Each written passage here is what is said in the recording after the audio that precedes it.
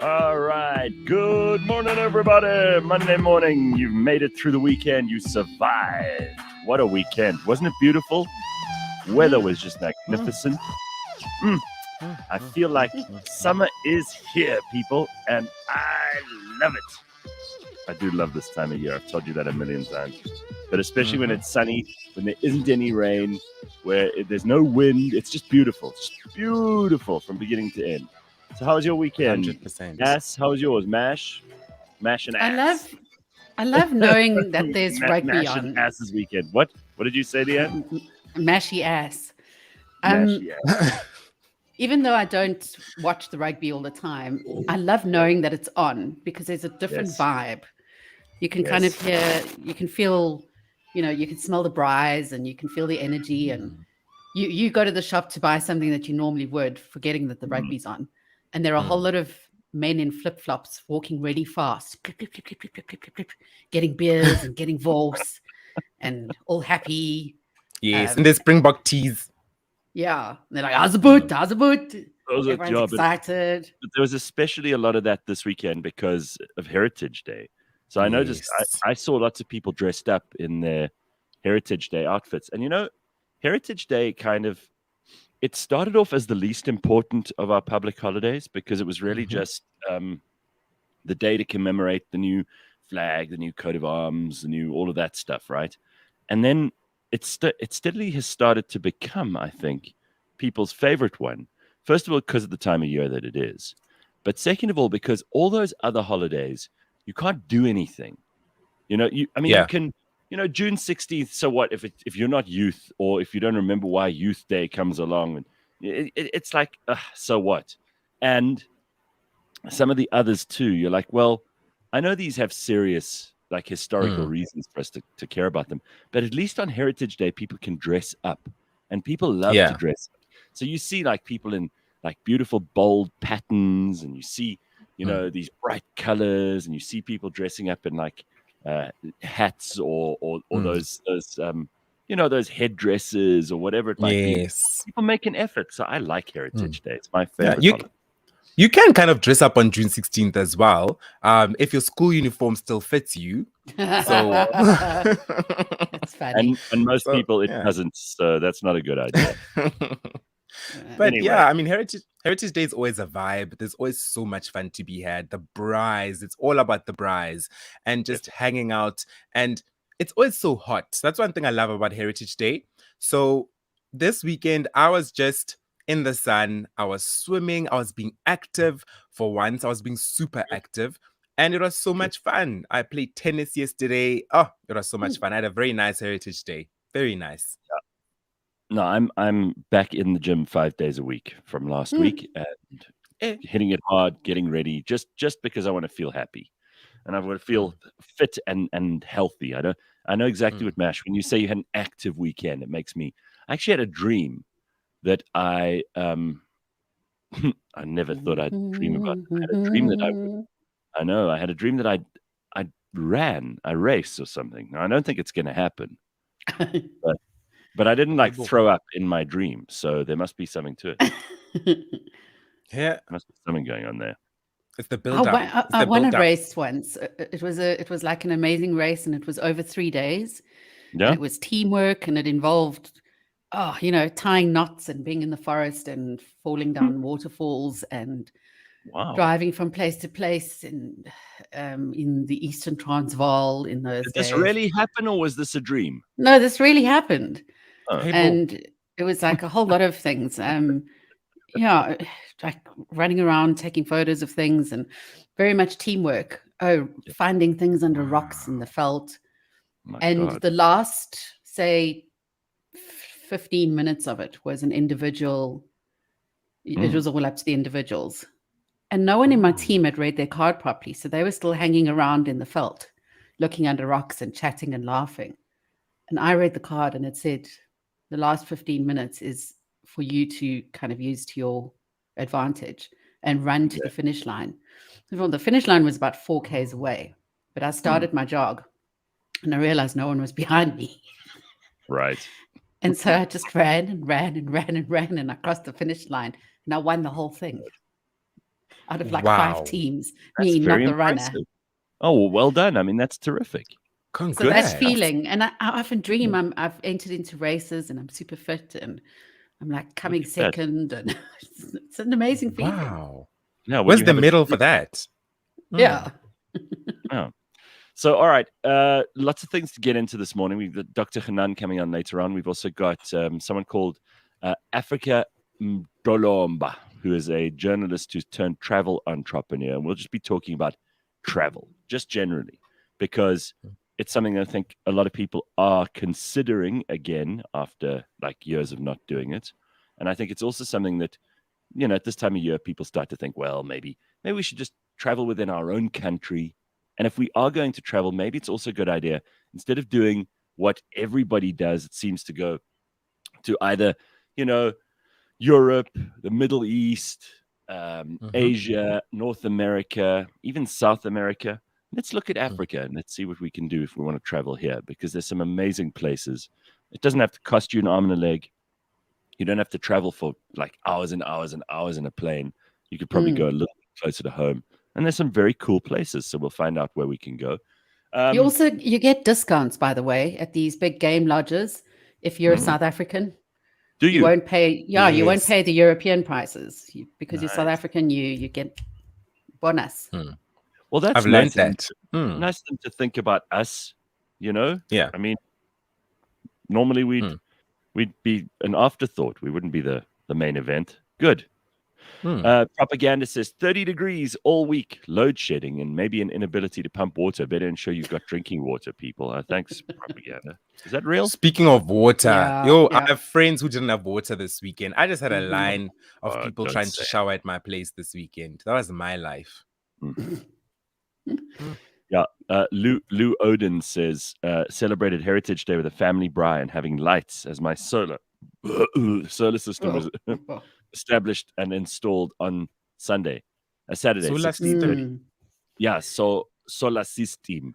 So obviously that's the solar panel. My sister and her boyfriend had solar installed at their house last week, so they also had power this weekend.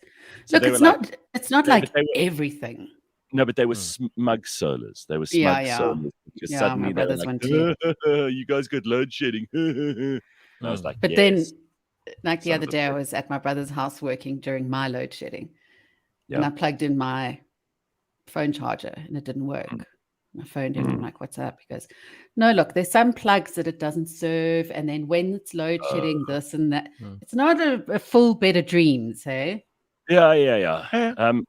I still think it's something I've got to do. So I'm putting the wheels in motion now. And also there's now family pressure because my brother has got it, my sister's got it. I'm the only one who hasn't. So I'm like, I can't be sitting in the dark ages, literally, and not have power. And the rest of them are like boasting about how they've got power. So I've got to sort that out. Got to do it Yes. this coming week or two. Keeping All up right. with the cliffs. I know it's so sickening. The pressure right, keeps getting worse. I sent Leigh-Ann something that only really she and I would enjoy. So, Mash, you're going to be a bit bored by this, but I know that Leigh-Ann loved this thing because you used to do phonetics and linguistics and you studied this at university. And pronunciation, the way you pronounce things, is like a whole field of study that some people are just absolutely fascinated by.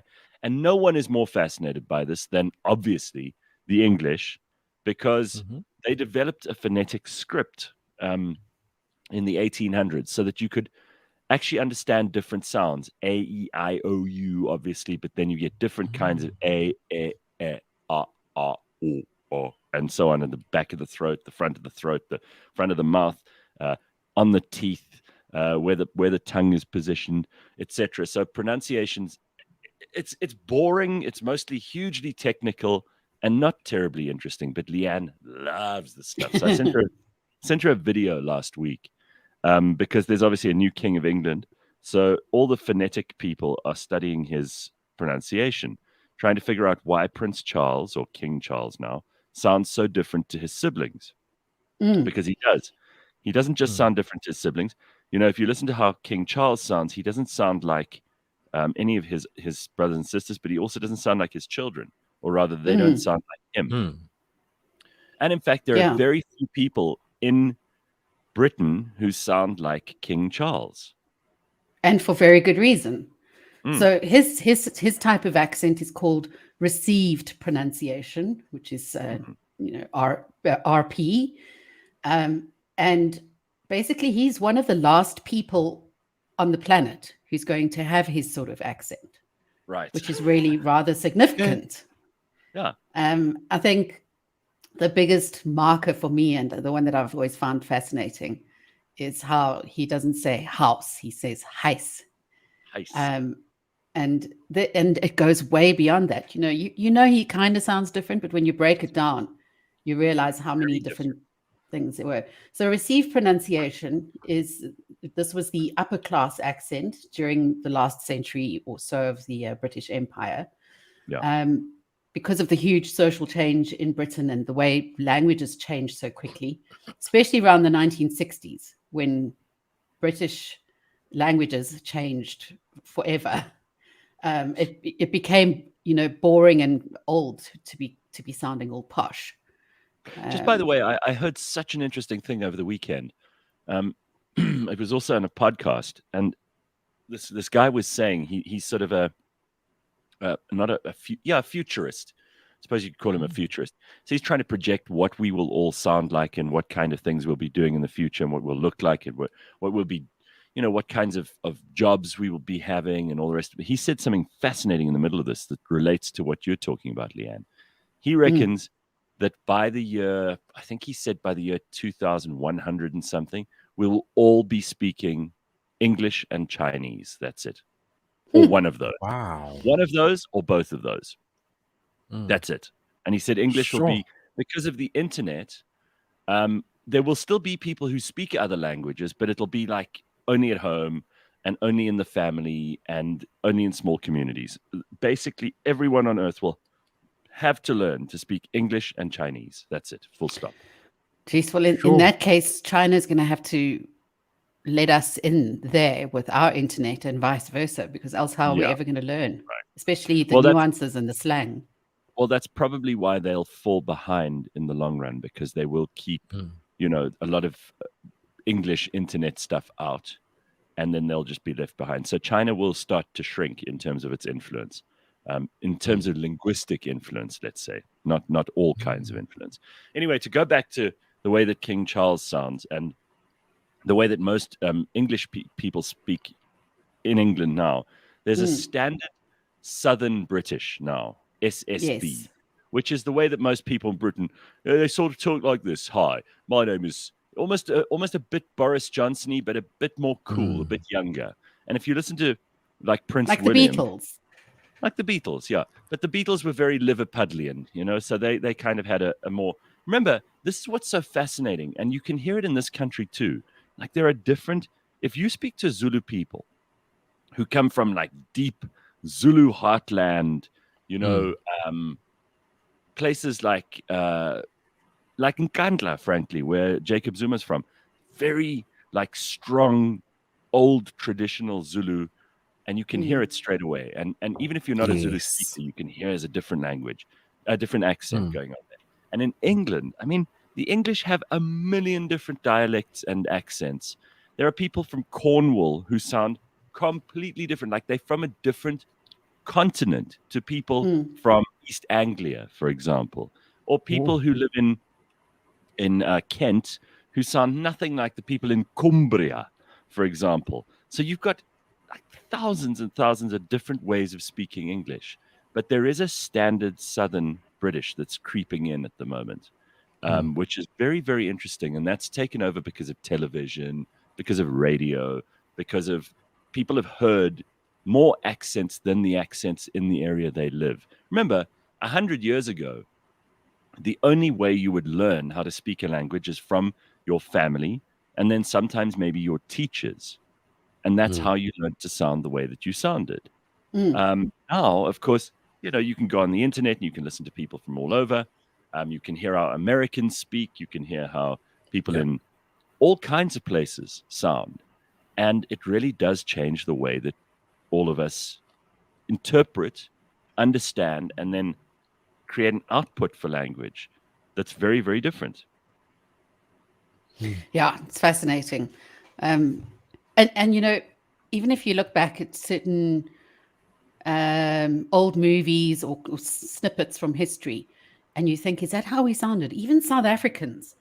Oh, there's this ghastly clip that's become quite viral of a bunch of, sort of when colonialism just began in South Africa, and a bunch of these white women talking about how easy life is in South Africa because the servants do everything. It's really quite a shocking clip. But they don't have an English accent as such. It's definitely South African, but it's so different to what you hear now. Yeah. You don't hear that anymore. It's gone. Well, I listen to, those old home movies that our grandparents used to make. Well, my grandparents did. So my grandfather, my mom's dad, had one of those old cameras, and he recorded family movies of my mum when she was little and all these kinds of things. And my grandmother actually talks the way through these things, and you can hear her speaking there. And I didn't realize how English she sounded. Now, she was born in Jamaica, and she had this really, really strong kind of RP way of speaking. So she said, for example, she used to say, what's the word that she used to use? Let's just think about it quickly for a second, because it was weird to hear her saying it like that. She used to say, this is it. Hang on. I actually wrote this down because I needed to remember. Often. So she wouldn't say often, and she certainly didn't like it when people said often. So when she heard, when I listened to her, she would say, and sometimes my mother would come and visit us. In fact, she visited rather often. So she would say often. She would say like orphan, as in a child that doesn't have parents. Very odd. Yes. Wow. Yeah. And as much as you would expect RP to be very particular when it comes to pronouncing all of the consonants, so making sure you pronounce all your T's, they actually don't. To sound a bit more posh, they let off some of the T's and make them sound like S's. So, for instance, in this clip, you hear King Charles saying, instead of saying they were fighting, he'd say they were fighting. So yes. You very kind softened. of becomes a TS, So it's not fighting, it's fighting. So they would make up their own rules of like when to not pronounce something properly or not.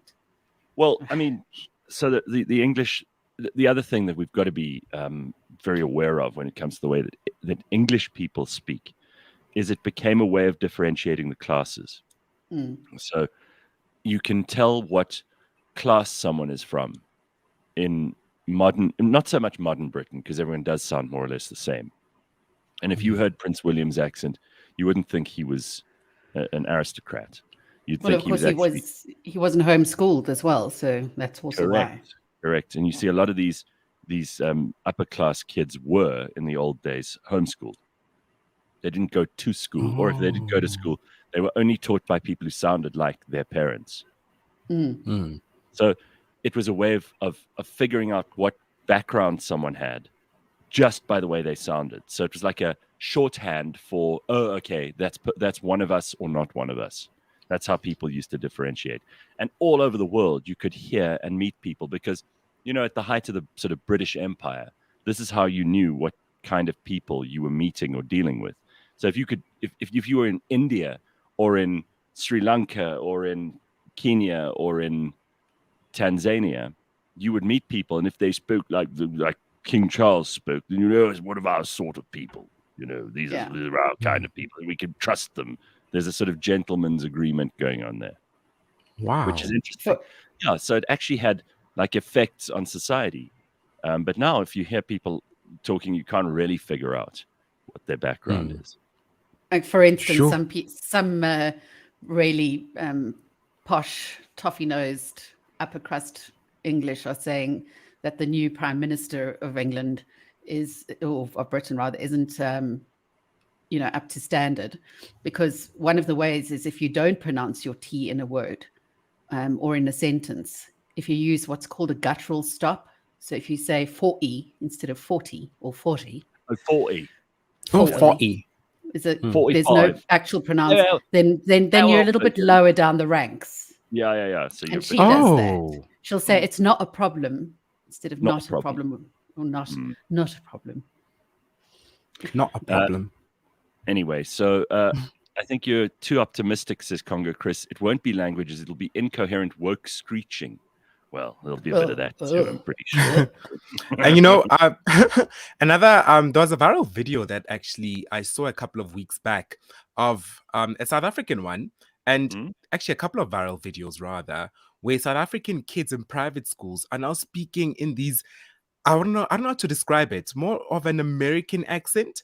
And one of them was a kid whose mother was teaching him how to say broccoli. And the mother kept saying broccoli, but the kid kept going broccoli. She's like, yes. Don't say broccoli. Is something wrong with you if you say broccoli? You must go to the hospital. It's broccoli. And I was like, this is our future generations, y'all. This is how future South Africans will be speaking broccoli. 100%. There is definitely an American influence rather than a British influence or English influence on the way the youth of today are speaking in South Africa. For instance, there is an annoying ad that pops up before I'm watching a lot of things on YouTube or whatever. And notice I said YouTube. You're terribly smart. Then, yeah. Go on. But anyway, she says millions of South Africans have saved billions on Click's Club Card. Oh, wow. You know? Wow. That's how she's South African. We're becoming little Americans up in this country. Yeah. It's happening. Slowly happening. Makes me sweat. Well, Gary says he gets really annoyed when people say party instead of party. Oh. And 20. Party is fine. Party. And 20. When's the party? 20. Sure. You see, like King Charles had said 20. Yes. Because the kids are now watching so much YouTube. And YouTube feeds us so much American content in this country. We're just fed American content primarily above all others. And I mean, the kids' shows, the Coco Melons and all of those. Yeah. Our kids are being fed American accents and American content all the time. Yeah. That's where kids learn from, and they pick up sounds. That's why if you teach a child to speak a language while they're still, under the age of 10, but most especially somewhere around 6, 7, 8, they will pick up languages and sounds like that. They can hear. That's where probably your accent is established in your kind of middle of your first decade. Yeah. Wow. Which, interestingly enough, I have a story about that when it comes to brain changes at the age of 40. But just to stick in something else there, I mean, kids are learning to listen before they learn to read. So before they try and figure out what words are, this is why transcriptions are actually really good. So putting subtitles on is actually really good for kids who are watching either YouTube or TV, so that they can read and listen at the same time. Because if you try and say to a child who's never seen the words or a sentence, what let me just think, what are you doing? To them, it sounds like, what are you doing? How are they going to spell what are you doing? Yeah, exactly. Certainly not what are you doing? Human Shield says some Indian people go 12:15, but then a lot of, not just Indian people. I know lots of people say 12:15. Yeah. That's a very South African thing. 12:15. So we don't have a South African accent. But we have different kinds of accents in South Africa. And I've always used accents as a way of kind of making people laugh, and I'm pretty good with picking up sounds and then it's kind of making fun of different kinds of South African accents. But we've got some awesome accents in this country and some terrible ones. Terrible. Yes.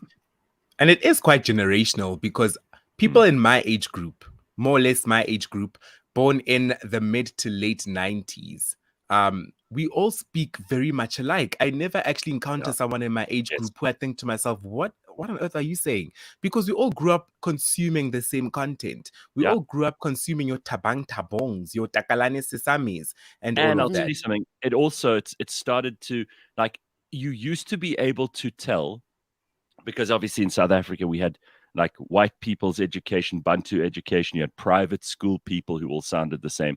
And I mean, you still, if you hear a person who's gone to Markle House or Holton, and it doesn't matter whether they're black or white, you can tell that they went to private school, right? Yes. And they all sound the same. Now, these days, I would say because so many kids of your generation and younger, Mash, they all sound the same. You can't tell on the phone anymore. Yeah. What really race can't. someone is or what background they have, because they sound the same. Well, you can tell that they went to either Model C or a private school. You can tell that. It's interesting. Millions of South Africans say billions. Brackley. Johannesburg. Here we go. Propaganda says Johannesburg, Johannesburg, 200, 200. 200. 200. I love that. The accents from Joburg are pretty interesting too. The South has its own accent. Yes, of course. The East has its own. Absolutely. Even more interesting than the outliers like Brakpan. They just use grunts and groans. Oh, come on. Come on. That's so great. Oh, that's so great. Oh, the worst. Okay, I'll tell you what. I've always said New Zealand accents are the worst, but I've actually revised that. I've revised that. And Tracy's just reminded me. She said, a friend of mine moved to Texas in 2018. She's picked up such a Texas twang now. Almost doesn't sound like her. But you have to, like, okay, there are people who fake it. I mean, like those people like Thibaut Touch, who go there for like 2 months and they come back and they suddenly sound American. That's bullshit. But if you live in a place, you have to learn to speak like the local people. Otherwise, they don't understand you. So Americans, for example, if you don't roll your R's, they don't know what you're talking about. But to quickly finish the point, the worst accent in the world is when an Afrikaans person moves to America and then they start to mix the Afrikaans and American, and it's the cuckest sounding accent in the world. I could just about throw up thinking about it. It's so bad. So bad. It's like I was driving to downtown LA. Driving. Yeah, exactly. And I saw this other car, and this car went across the road. It's so bad. Wow. I can't even do it properly, but it's so bad. Anyway, so lots of people throwing in some stuff here. Speaking English, have a typical Cape English accent, but when I speak English after speaking Afrikaans, after a few sentences, it's a pretty Afrikaans English accent. That's weird, says Patrick. Yeah, you also, I, for example, find myself often toning up or toning down my delivery. Yes. Depending on who I'm talking to. So if I'm around family and friends, I sound a little bit different. Not very, but a little bit different to how I would perhaps around people I don't know at all. Yes, 100%. And I think a lot of it's got to do with how individuals' brains work, but also what's fascinating is that you can take somebody out of Liverpool, Manchester, York, somewhere in Cornwall, put them in South Africa for 52 years, and their accent would never have changed one bit. Yeah, that's interesting. And I suppose that's also why it gets fixed at a certain age. Like I don't think I could have sounded any different, because people will say you don't sound South African, whatever that means. And then and they say, oh, where did you go to school? And I didn't go to school where they taught me to speak like this. This is how I spoke as a child. Yes. They think you sound more English than typically South African. Yeah. Yes, sure. I have different accents based off of who I am talking to. So, for example, I've heard you doing it. Like I've sometimes heard you speaking to people, and then you especially roll the R's and and you will and you'll get like there's a different pitch almost to your voice when I've heard you talking to certain people and others. And if you like people, and I think this is true for all of us, if you really like someone, you tend to be more playful with your accent than if you are being serious. 100%. When I'm being serious, I'm very like my R's are proper, everything's okay. I talk quite classily, if I may put it like that. But as soon as I get comfortable with someone, it's just downhill from there. It's just we're just gonna go buy 3 McFeasts and then we're gonna go to McDonald's quickly.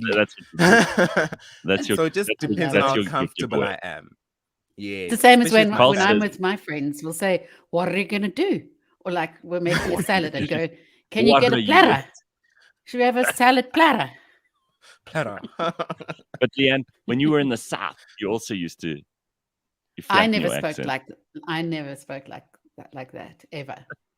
I never did. Wow. But did they but understand you in the South? no, a lot of them didn't. For instance, when I was a waitress at Spur, people said to me, "Are you American?" Hey, Bo. I don't know where that came from, but people Yeah. used to ask, Hey. "Are you from America?" Because I Carl didn't go says America. I have a terrible habit. Within about 2 minutes of talking to someone, I'm talking like them. Whether it's a four-ways butt or a private school boy, I hate myself for it, but it just happens. Yeah, that used to Okay. happen to me too. And then people get offended because they think you're mocking them, but you're actually Yeah, just processing, you know?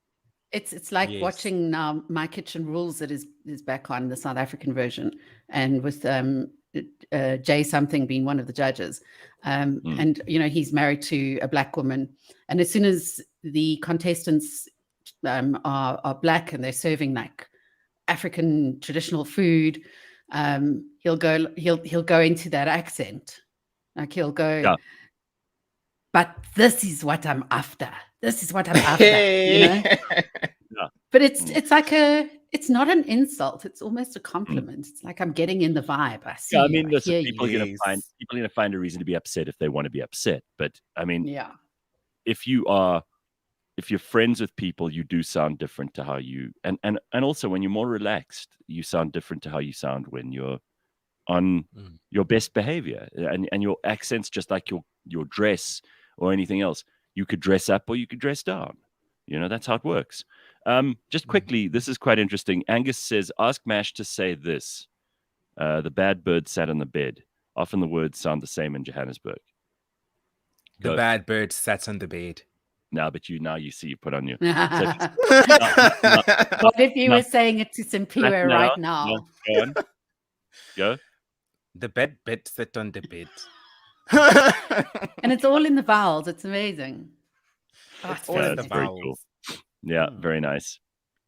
All right. And then someone says Musi also does that. Musi Mamani, who launched his political party over the weekend. In fact, it's one of our headlines for this morning. Note that beautiful segue straight into the headlines. So Musi Mamane has decided to start his own party. A lot of people saying, why would he do this? Why didn't he just join like with Herman Mashaba or whatever? But because Musi has to be the boss. You see, he has to be in charge. So a lot of people are wondering about that, but not that many people. Let's not get too excited about this. No one's going, oh, yay, Musi Maimane, he's the guy we need to lead us into a new South Africa. No, not really. I mean, a lot of people are saying, yay, he's the one, but they're all kind of in one group of people, and it doesn't There is really no the one. Yeah, there's no the one. It's going to have to be They'll always all have of us. faults. It's going to have to be all of us. There was a 100%. shark attack. My little nephew told me about this yesterday. He said, oh, you know that there was a shark attack this weekend. Yep, in Plettenberg Bay, a shark tried to eat a person. No, it did. Well, it ate parts of the person. A That's woman. worse. Killed them. Yes. Killed the person and ate part of her. It's the second fatal shark attack in Plet in 3 months. NSRI crews and police were dispatched on Sunday morning. The police took the body into their care together with the provincial health department's forensic pathology services. They've opened an inquest docket. Ooh, the shark's in trouble. They're investigating. They've also established a shark committee to work with experienced private sector personnel to assist with limiting such incidents. The body was located and recovered from the water at the back surf line. At the time the body was brought to the rescue station, however, it was declared It was dead. a she, yeah. Doctor. Young girl. Yeah. That's so So there we There go. is there is a Don't stress about TikTok this. It channel. doesn't happen that often. It No, really doesn't. exactly. There's a TikTok channel I love watching, which is a set of drones that these Australians have set up over different beaches, mostly Bondi. And you won't believe how many sharks, massive sharks, like 15 times a human person size, are right there with you doing nothing. So that kind of puts the mind at rest, you know, that you're kind of playing with them in their water, and it's only every now and then that something like this happens. Well, also, you're in their water. They're not in your. They don't come onto the land and get us. So, well, there's Sharknado. Yeah, of course. All right. Cyril, the president, has asked us to persevere amid the load shedding crisis. So he said, and I'm going to show you the picture of him because it's like it's the picture of like someone who's just, I don't know, out of their depth. I don't want to pile onto this guy because he's got enough shit going on. But the president has said, we must be patient, please, during load shedding periods. He knows it has caused havoc. The president used Saturday's heritage celebrations at the Union buildings to address some of the grievances the country's been dealing with. Oh, you don't say, huh? He says, we're going through the throes of an energy crisis. Oh, really, Mr. President? Let me show you this picture of him. This is him on Saturday asking us to please be patient and persevere. And I don't know, he's really started to irritate me, maybe because he's just sitting there, he's doing nothing. You know, if you try to figure out what the highs and lows of President Cyril Ramaphosa's term of office have been, like where has he really done well and where has he really done badly? And I've said before, you could even take, I mean, Kgalema Motlanthe was president for like a couple of months, and I think he got more done. But here's the president. There he is, like, please give me another chance kind of thing, you know? I don't know if you feel like giving him a chance, but there he is. A chance for what? He just tells people what they want to hear. That's one thing we've realized about him at this point. Yeah, anyway, he said, let me just read I'll get to the point of this one. He says, with this, the government will soon speak on measures that they're taking to address the challenge. As South Africans, as we've done in the past, we've persevered. And I ask once again, let us persevere. The challenge is being addressed. It is a complex one. I actually shared a cartoon on my Instagram of him. And it just, you know, this guy, he's just like, it's basically, he calls a committee, then that committee appoints a task team, then the task team has discussions, then the discussions lead to an action plan, then the action plan gets referred to another committee, and basically nothing gets done. That's kind of how it works. But we kind of need to be in emergency mode now and, you know, cut through some of those processes. Well, he's asking us all to please be patient and persevere. So there we go. Straight from the president. We're just passing on the message.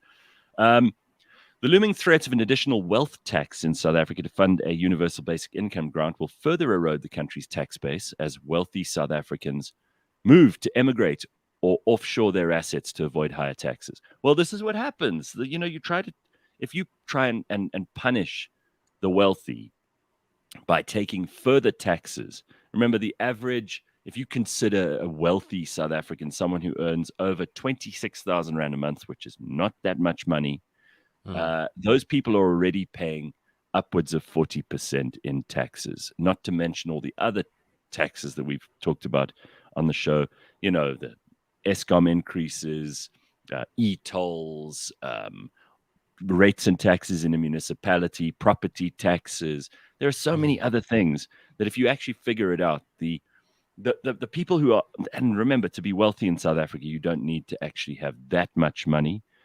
Because we've got such a poor population that you're considered wealthy if you've got like over 40 grand a month in the bank. So that's quite something. Those people are probably paying, if you add it all together, probably paying somewhere around 70 to 80%. And even if you're not being taxed in income taxes, the average South African is also paying VAT on everything. The average South African is paying extra on electricity. We have to pay for all kinds of things. Now, there are going to be additional, in inverted commas, taxes around things like supplying yourself with electricity. So people will pay, you know, hundreds of thousands of rands to have solar installed, to have heat pumps, to have geysers, to have borehole water. So we're going to have a whole different set of taxes, even though they're not taxes that pay directly to the government, that make it expensive to live in this country. And it's stuff we have to think about. And they're saying that the more we do this and the more that the government implements these taxes, the more it's going to chase wealthy people away. And we spoke about this just the other day. Mash, you were even saying that you've got friends, Simpiwe was saying it too, who are leaving South Africa because they go, okay, I've graduated. Now I'd rather work and earn in another country where tax is lower, where crime rates are lower, where economic growth prospects are better. And so we're losing the very people that we need to have here in order to generate tax revenue. So I hope SARS are on top of this one, but that's a story this morning that I think a lot of people will be looking at, especially because it's something that that business tech are reporting is more and more of a concern to people who are trying to employ in South Africa. Hugely. And people who are trying to upskill and train, especially when it comes to the manufacturing industry and productivity, you know. Oh, yeah. It's such a fine balance. I'm just glad I'm not that person who has to decide where all that money goes or doesn't. And then we spoke about this just briefly, and I'll refer to it because it's in the news. ENCA reporting that there are numerous burst pipes across Johannesburg. Many irate customers who had little to no warning that they'd wake up to dry taps. A major burst in Parktown has led to an emergency outage and the isolation of the Linksfield Reservoir. Areas affected include Linksfield, Bramley, Highlands North, and Fairwood. The Bryanston Reservoir has been drained to deal with a major burst pipe in Witkoppen in Fourways. Affected areas include Bryanston, Rivonia, Fourways, Magaliesig, and Dainfern. There's been an urgent appeal to residents to reduce water consumption. So just when you thought that the electricity crisis was the biggest problem, then water becomes a problem. And this happens because it happens because the people who we entrust to look after these things, government, local municipalities, these are not capable, competent people. And so you end up paying the price. And don't ever believe anyone who says that government doesn't affect you and doesn't really matter and doesn't matter who you vote for. It really does. And it's not about power. Politics is not about power. It's not about blue light brigades. It's not about, living in luxury or being important or looking down your nose at other South Africans. Being in government is about delivering services to the people. And if you're not going to do that, you shouldn't be in government. I've always said we should pay them less than almost anybody else so that they do it because they really want to do it, not because they're earning money. All right, let's move on. We've got Dr. Hanan on standby, and it's time to ask him a couple of questions this morning. It's going to be okay with Dr. Hanan Bushkin, renowned psychologist, head of the Anxiety and Trauma Clinic in Johannesburg. Today we're going to talk about something that pretty much everyone can relate to, and that is grief. So Dr. Hanan will share some of his useful knowledge on how to deal with this stuff. Morning, Doc. How are you? Hey, guys. I'm doing well. How are you doing? Hey, listen, I gotta say up front before we get into grief, I've noticed your TikTok is blowing up, and I see lots of new content on there every day. Ooh, nice. Ooh, Dr. Hanan is becoming a TikTok celebrity. Celebrity. I'm trying to reach as many people as I can with this knowledge. So whichever platform, whether TikTok or Instagram or Facebook, I'm really an amateur in terms of the marketing of the stuff, but I'm just trying to put it out there, and whoever can tap into it, well, that's great. Yeah, absolutely. Well, I mean, listen, well done. And I see, I'm not on TikTok often, but maybe you're one of 10 people I'm following on there. And it's cool. It's interesting stuff. And you address lots of the most obvious things that I think are affecting, everyday people in everyday ways. And I think if we can figure out shortcuts to sort out our mental health, then that's a great place to start. So everybody wants in. Let's talk a little bit about grief, because it's something, when we talk about grief, you immediately think, oh, well, someone has died and now I have to deal with that. But grief actually runs across many aspects of our lives. And it's a way that we deal with lots of things that aren't just death. Yeah, you're quite right. The thing is that grief is not just the loss of a person.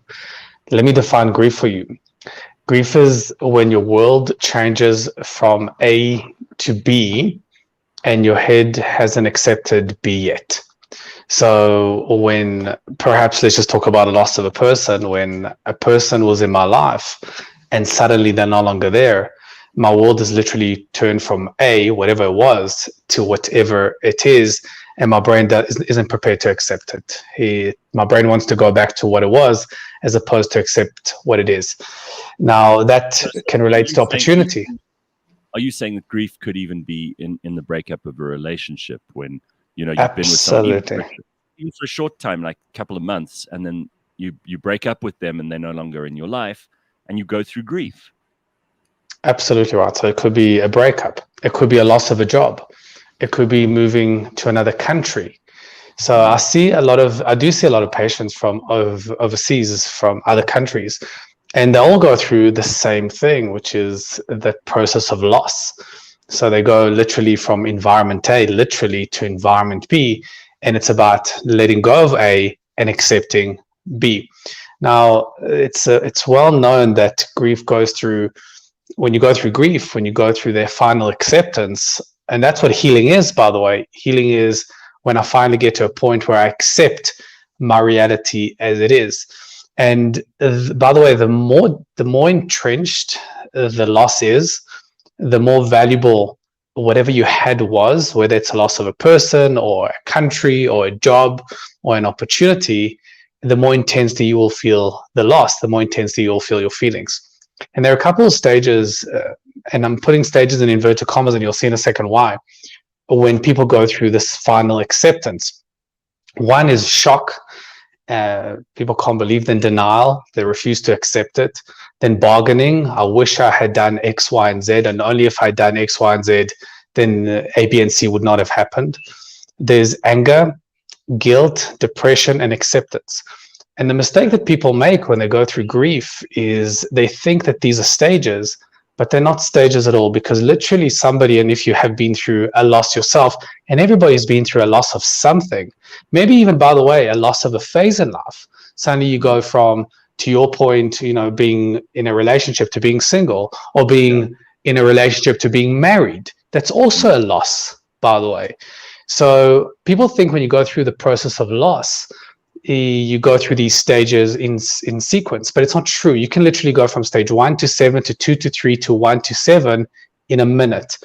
And the reason why that's important to raise is because when people go through loss and they have a moment of acceptance, like they feel, okay, I'm okay with what has happened, and suddenly they're no longer okay with what has happened. They think they've gone backwards, and it's not true. You can literally go from denial, I cannot believe it, to I completely accept it, to I cannot believe it, in a day, in a minute. So as long as you allow yourself, and we'll talk about some strategies of what you can do, as long as you allow yourself to go through these phases, some in sequence, some are not, then you'll be able to heal quite effectively. All right. So let's just talk about how you, because I mean, I've heard a lot of these stages of grief discussion. So what are those stages, and how do you know where you're at in the process? So these stages don't, as I said, they just don't apply. Don't see them as stages, see them as phases, and you can literally jump from one to another. But maybe perhaps let's discuss. It's not always linear, in other words. No, it doesn't work in sequence. Not at all. Not at all. So what can you do about it? Remember, we have always said that one of my things that I teach, and I mentioned this on the show multiple times, is behavior is king. Behavior is king. You shouldn't be controlling your thoughts and emotions. You should be controlling what you do aligned with your goals. And the analogy that I've used before is the bungee jumping analogy. If I say to myself, let me think and feel fine or in control or safe or secure first, and then bungee jump, well, I'll never bungee jump. What I have to do is bungee jump and do and do and do and do and do and do and do. And eventually I start accepting it on a cognitive level, and I start accepting it on an emotional level. I'll say it again. The moment I do the right thing, eventually I will start accepting it on a cognitive level and on an emotional level. Now think about grief. Again, grief is when my world turns from A to B. And I have to act. I have to act even though it feels fake and it feels unnatural and it feels weird and awkward and very sad, but I have to act as though B, my current reality, is the only reality. And the reason why I say act is because you don't want to. Your brain always goes back to, oh my God, I want to go back to how it was. But that no longer exists. And by the way, the definition of suffering is when my world goes from A to B and I'm still living in A. Right. So think about somebody that's immigrated to another country and they keep on fantasizing about how great South Africa was and all the benefits of South Africa. Think about breaking up with somebody and fantasizing how amazing it was to be in the relationship. Think about, having a person in your life that you've lost and fantasizing how life would have been like, should have been like, could have been like with a person in it. That is suffering, because that is not real. You're not marrying the reality of what it is. You're marrying the fantasy of what you wish it was like. So how do you get over the grief, and how do you eventually reach healing? Is you have to act as though your reality is your reality. So I say to our patients, obviously with kindness and love and support and empathy, I say to the person, imagine somebody sitting next to you, a version of you that's completely accepted the reality of what it is. How would you act? How would you act? Not what would you think, and not what would you feel. How would you act? And they would rattle off a list of things that they would do. And I say, I want you to start acting that way. That's your bungee jump. And by the way, people say to me, but Hanan, when I act that way, it makes me feel worse. And I say, I know. And let's go back to the bungee jump example. When you bungee jump the first time, your anxiety level was this high. But now you bungee jump again, your anxiety level goes higher.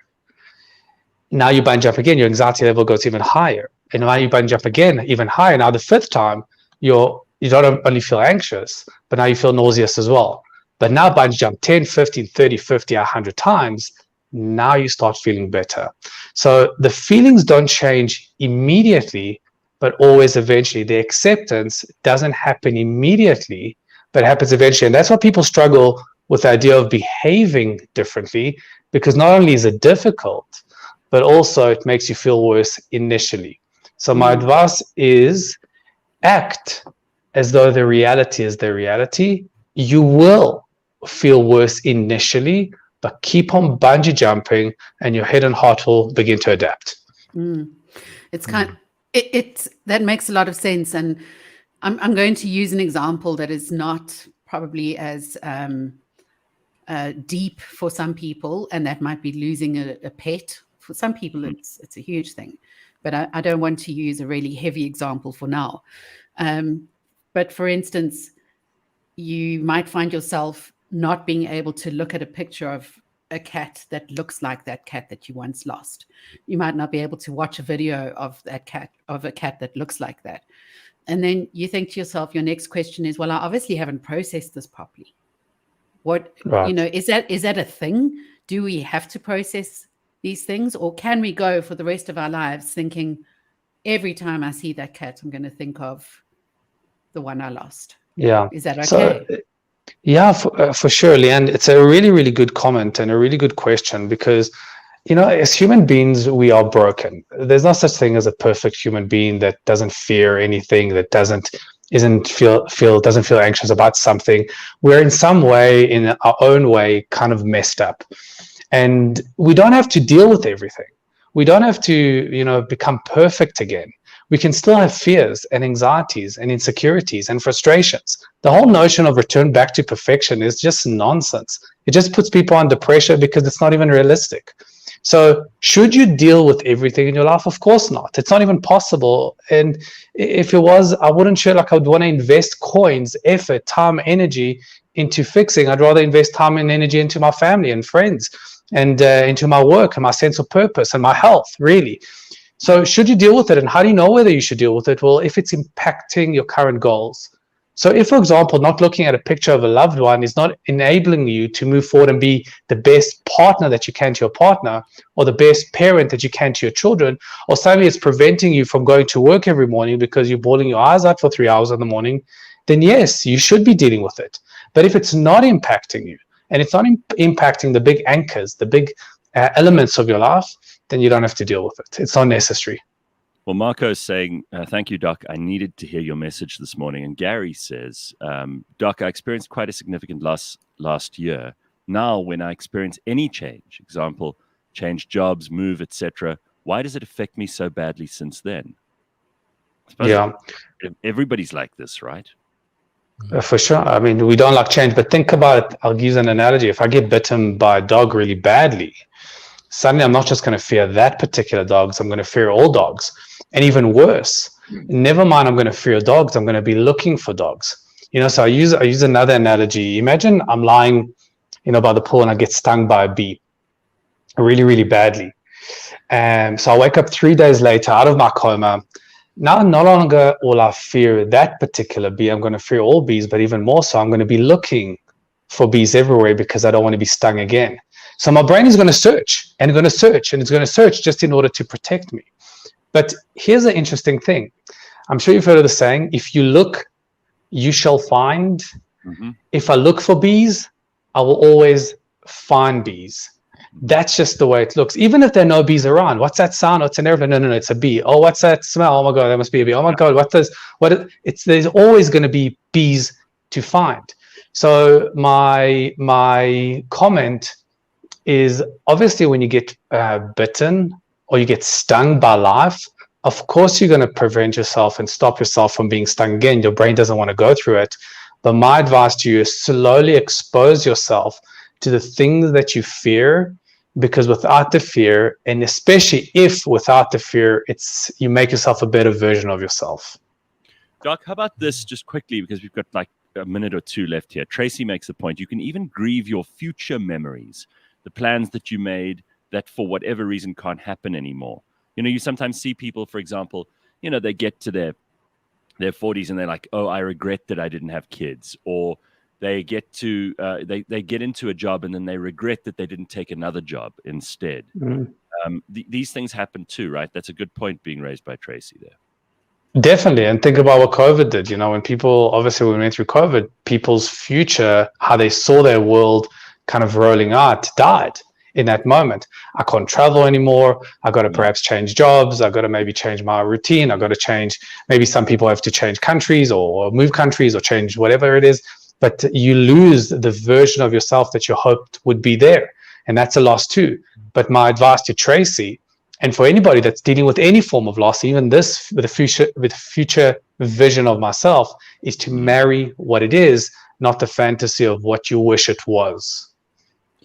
Very good. Fred, that's all we got time for this morning. But Doc, as always, thank you very much for joining us. We will be back with Dr. Hanan Monday next week. And do send us any of your emails, any of your questions to contact@cliffcentral.com, and we can then pose the question to Dr. Hanan and hopefully get some of these things resolved.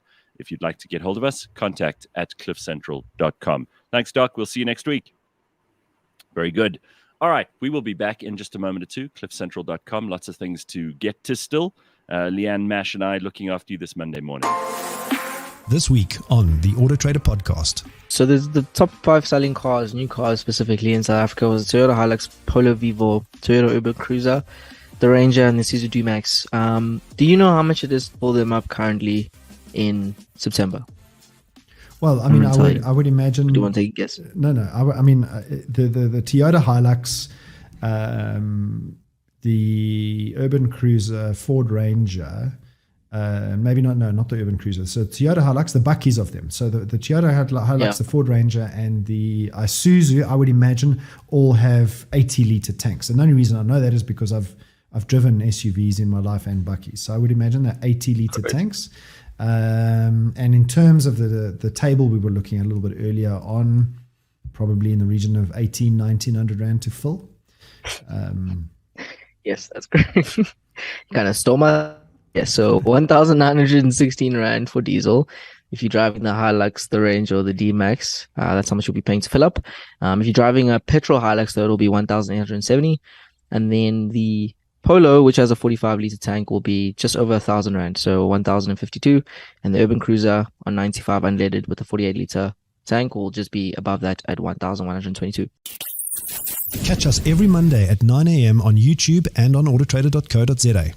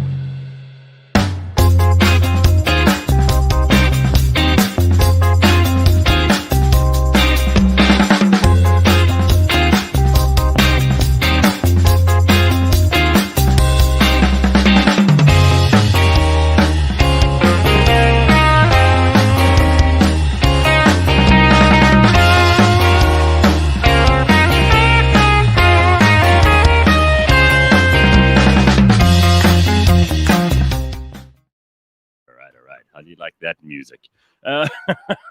Mash and Leigh-Ann are with us this morning. It is a Monday on cliffcentral.com. Listen, this is something I was thinking because obviously with water becoming an issue now as well, I hate that we even have to talk about this, but there are some people who tend to shower once a day. Sometimes some people do it more than once a day. Some people we've discussed this ad infinitum. I don't know what the right number is, but we've got to be careful not to waste water these days. I'm pretty sure that there are people who shower too many times a day. There's some people who do not shower enough in a week. We all know who they are because you can smell them from a mile away, right? But what do you think? What do you think is a healthy number, Mash? I mean, you met someone the other day who showers 5 times a day. 5 times a day. I was traumatized. So I think the right number of showering times a day, personally, is 2 times. Maybe it's too little. I'm sure there's somebody in the comments thinking, that is disgusting. How dare you only shower 2 times a day? But for me, 2 times a day is the perfect amount. Reason being, in the morning, you're removing your dirt from the bed. And in the evening, you're removing your dirt from the day. That makes sense, doesn't it? Great. I think once in the morning, once in the evening is enough. I don't think you should be doing more than that. I mean, also, that's a lot for some people. It depends on your lifestyle, and I mean, it's really bad for your skin if you over wash, because your skin you need to have a certain amount of I wouldn't say bacterium. Yeah, so I've got two points on this. Right, go. Leigh-Ann's very passionate about this. She's like, Me, I want to say something. Go. Sorry, that was my ADHD blurting out like that. Sorry. No, go on. As Gareth once said, you're being very interrupty. Interrupty this morning. All right, go ahead. Sorry. So 2 things on this. The first thing is it depends on what process is involved. For instance, for a lot of people who have long hair, or for women who need to replace makeup afterwards if they want to, if it involves selecting new underwear and you don't have enough, or it just depends like on what your process is. If you have to go through this whole skincare regime, sometimes for a guy, it's easy to pop into the shower for 2 seconds and wash your face. That's it. Yes. But for others, it's not like that. Then secondly, during COVID, the question came up a lot because people were at home and they didn't necessarily need to be smelling fresh. They just needed to kind of look presentable. They weren't going out in public. And Dr. Mike, who I follow, he said, it depends on your lifestyle. If you have showered in the morning, got into your tracksuit and worked on your computer all day and not exercised that day, it's really not necessary to shower that night, and maybe not even the next day. Oh wow! Well, yeah. How it can be harmful to shower more than twice a day, unless you're replenishing with moisturizer. Well, I met someone this weekend at the gym, very lovely lady. Started talking, we're vibing. She's quite a vibe. And we started talking about how, because I told her that no, after gym, I'm going to go shower because I haven't showered yet. And she was disgusted by this. She was like, wait, you come to gym without showering? I was like, yeah, because I'm going to get dirty. I'm going to sweat. So I want to shower afterwards. And I come to gym nice and early in the morning. So I just get that shower out of the way. 2 birds, 1 stone. She said, no, I shower before gym and I shower after gym. And I'm like, why do you do that? She says, so that I can actually hug people. I can actually interact with people. I can't hug you now because you're dirty. And I was like, I'm not dirty. I just came to gym before showering. I did shower last night, but I didn't shower this morning. Why do you shower so many times? I asked her. I actually first asked her, how many times do you shower? She says, I shower 5 times a day. Now, 5 times a day. I do think that that's bordering on, and again, I'm not Dr. Hanan, but I think that's bordering on some kind of obsessive compulsive thing. Really, it doesn't sound healthy to me. At all. Who's got the time? I think if you seriously, if you shower, listen. I mean, again, I do get it that, some girls have a huge routine that they get into in the morning. I mean, I remember one of my ex-girlfriends she first would like wait till the shower was like a steam room, basically. Then she'd get in, then she'd have a whole, like, it went on there was a 30-minute long process. I knew, like, okay, you just can't get into the bathroom for like 40, 50 minutes. Just forget about it. Wow. And she That's would do the that in the showers morning. from the horror movies. Yeah, in horror movies when the It's whole room you is can't just see. steamy. Right, exactly. And then what happens is your whole bathroom, your walls are wet, your ceiling is wet because there's just so much goddamn moisture in there. Anyway, I mean, I do get it. Like, some people have a routine, right? Like a thing. And then there are those people who get in and they just basically wash their assholes and their armpits. And they don't bother with anything else.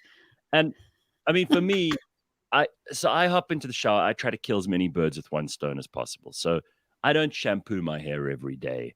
I don't.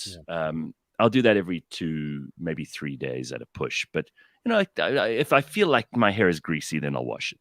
And I don't have like a skincare routine. I honestly get in there and just wash with water.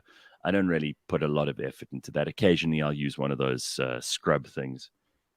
But the important thing also for me is, like, I'll shave in the shower. I've got a little mirror in the shower, so I'll shave in there. It saves time. Also, if you shave at the basin, there's always a mess. There's always like water all over the place, and like it's easier in the shower. So I have a little mirror in there. I do the shaving in there as well, the hair, the body, and then I'm done. And I can be done in 5-6 minutes easily. Don't need to spend too long in there. You don't waste as much water. I don't have a bath more than 2 or 3 times a year. Wow. So for instance, I'm like a bit of a sweaty Betty, let's say. So if I have to wake up in the morning, it's not so much sweat, but I have oily hair and oily skin, which is great because I don't get wrinkles. But if I shower in the morning and then go about my day, if I'm going out to a restaurant that evening, I have to shower and rewash my hair. So that's shampoo twice a day. And I'm not going to do that every day. You've got 2 chances. They're both very slim. Yeah. It really depends, guys. Just feel your way, and there are no rules, really. Well, I mean, we are sharing like tips here. So Propaganda's got a good one here. People with pools, backwash your pool into a 500-liter JoJo tank, leave it to settle for 8 hours, and then let it back into the pool. I save hundreds of liters of water this way. That is that's very clever. I like that propaganda. That's smart. Ancient Ether says, drink water before and after showers. I wonder if that's like genuine or whether you're just like saying we should replenish the water in our systems. I don't know. Who the hell has time to shower more than twice a day, says Carl. I agree. Like, it takes up a lot of time. Usually for me, I'll do the morning shower after I'll very seldom shower before the show in the mornings, and then I'll do like my training for the morning, and then I'll shower, and then I'll start my day meetings and all that shit. And I can tell you now. Go Mash. And I can tell you now that this girl who showers 5 times a day that I met, she also has skin problems. She has quite a number of skin problems. She has acne, eczema. She struggles with all of that. And I'm not a dermatologist. I can't say that her showering 5 times a day is the reason for this. Maybe she's doing it to part of the help problem. it. I'm telling you, that's but part of it. I think she's drying out her skin so terribly. It's drying out a lot of things. No, if you overwash, it can be as bad as not washing. And you think about it too, like our ancestors, because I always think, like, what did early man do? They didn't wash. They didn't even wash, full stop. They would like go and climb in the river once or twice a year, and the rest of the time they just stink, and they wore the same clothes all the time, right? Think about the show Survivor. They don't have showers, and they're on there for a long time, right? They get into the sea every now and then and use the sand to scrub their scalp and scrub their skin. And they kind of do what monkeys do, and they sit and wash each other's hair, scrub each other's backs. You just see them kind of sitting like those snow monkeys and you don't just get rid of thousands of years of evolution as soon as we have plumbing and hot water and soap and all that kind of thing. I mean, your skin is designed and evolved. It has evolved rather than designed to deal with dirt. You have bacteria living in your skin. It produces its own moisture. It produces its own oils, all that kind of shit that we think, ew, gross. But actually, that's part of a healthy skin, and your skin is your largest organ. So it needs to actually produce some of this stuff. If you're constantly washing that away, you're making your skin work very, very hard. It's going to have problems. But we must maybe we must get someone who actually knows this stuff on one. Yeah, exactly. See, all right. Look at this shininess right here already, and this is freshly washed skin. Ooh. You've got what do they call that in TV? You've got shiny forehead syndrome. Yeah, the glow. Television. That's what they try to get rid of that in TV with powder. All right, so let's move on to this other thing that Leigh-Ann, you hinted at this earlier. You teased us with this earlier, and I think it fits into what we were talking to Dr. Hanan about, as well as all the other stuff we've talked about this morning.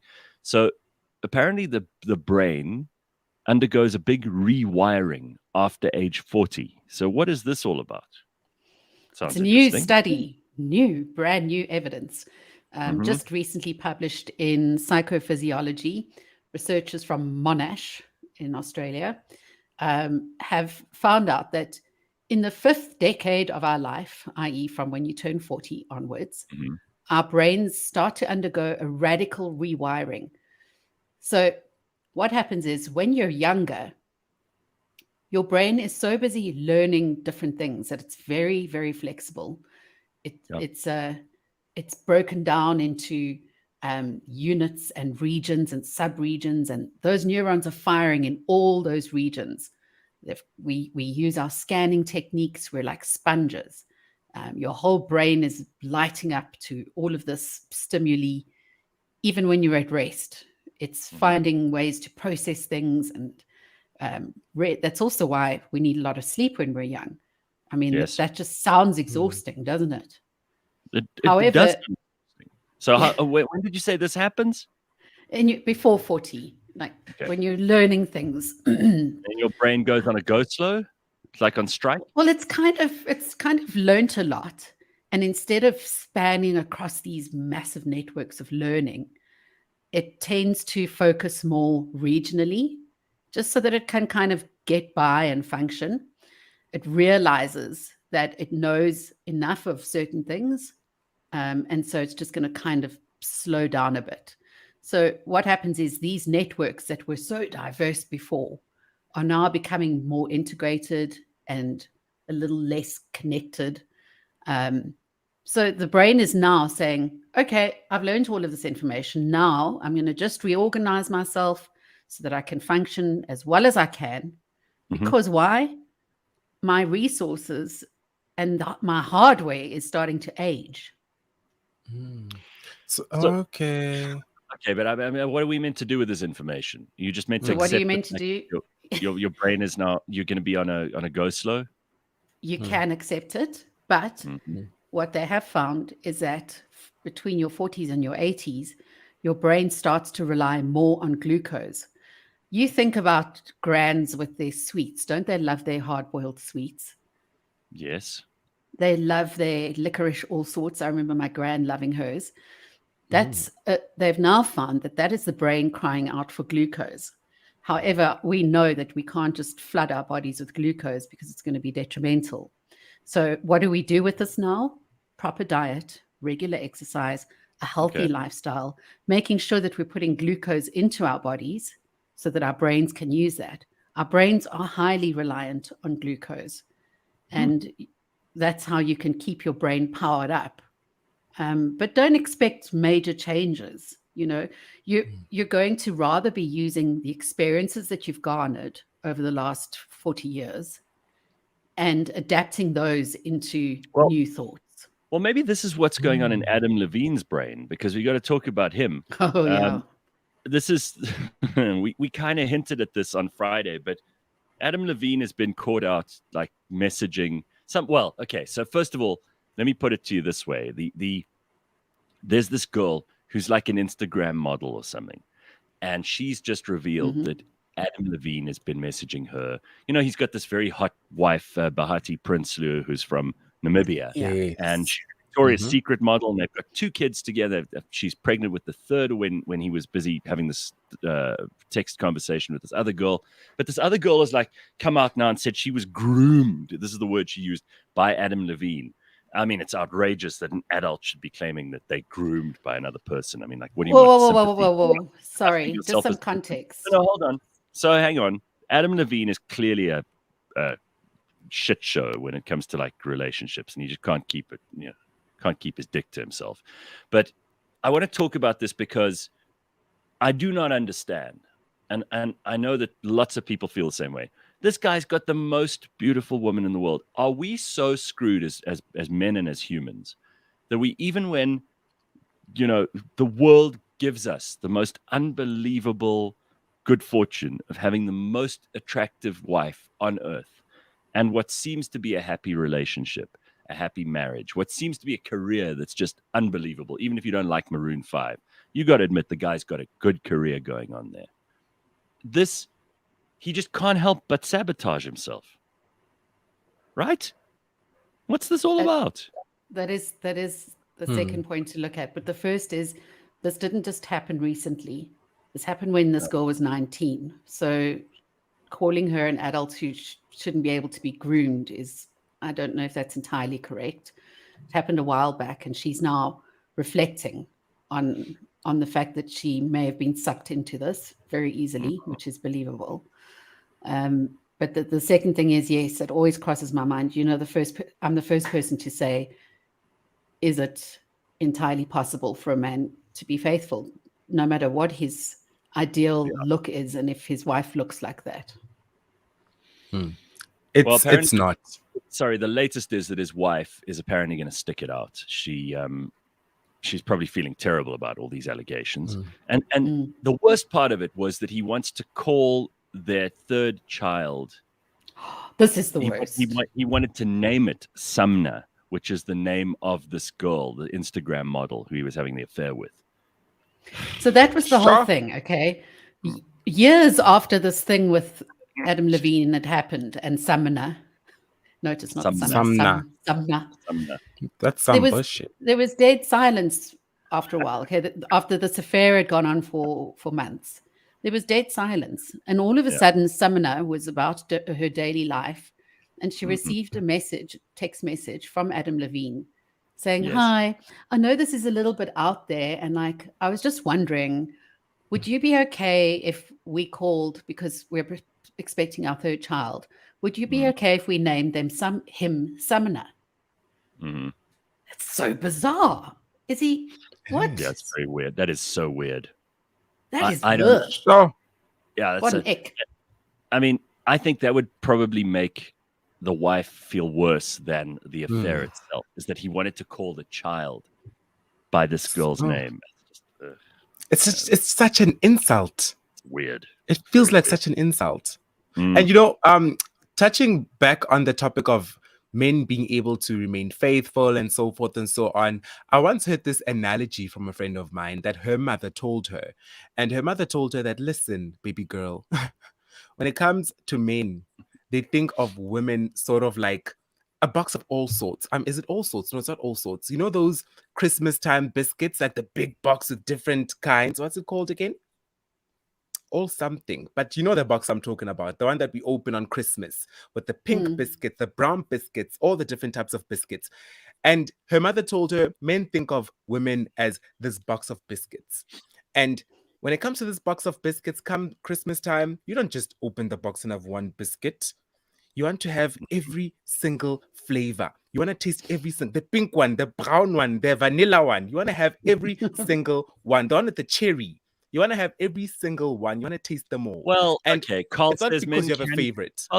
Carl says men can be faithful. Don't tar us all with the same brush, which I think is fair. And then the most valuable comment I've ever seen in the comment section is from MM, who says, "Samana, waka, waka."